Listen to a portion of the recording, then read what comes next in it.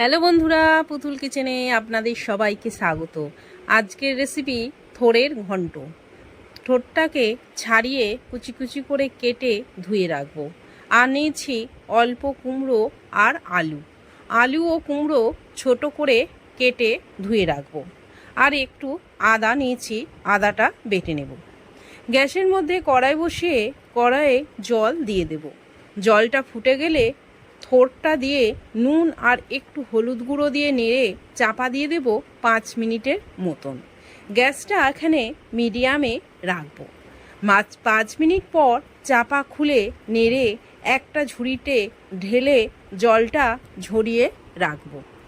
গ্যাসের ওপর কড়াই বসিয়ে সর্ষের তেল দিয়ে তেজপাতা, শুকনো লঙ্কা, গোটা জিরে দিয়ে আলুটা দিয়ে একটু ভেজে নেব। এবার কুমড়োটা দিয়ে একটু ভাজবো। একটা বাটিতে লঙ্কা গুঁড়ো, হলুদ গুঁড়ো, জিরে গুঁড়ো, ধনে গুঁড়ো দিয়ে জল দিয়ে গুলে রাখবো। কুমড়ো আর আলুটা ভাজা হয়ে গেছে। এবার আদা বাটাটা দিয়ে নেড়ে থোড়টা দিয়ে নাড়ব।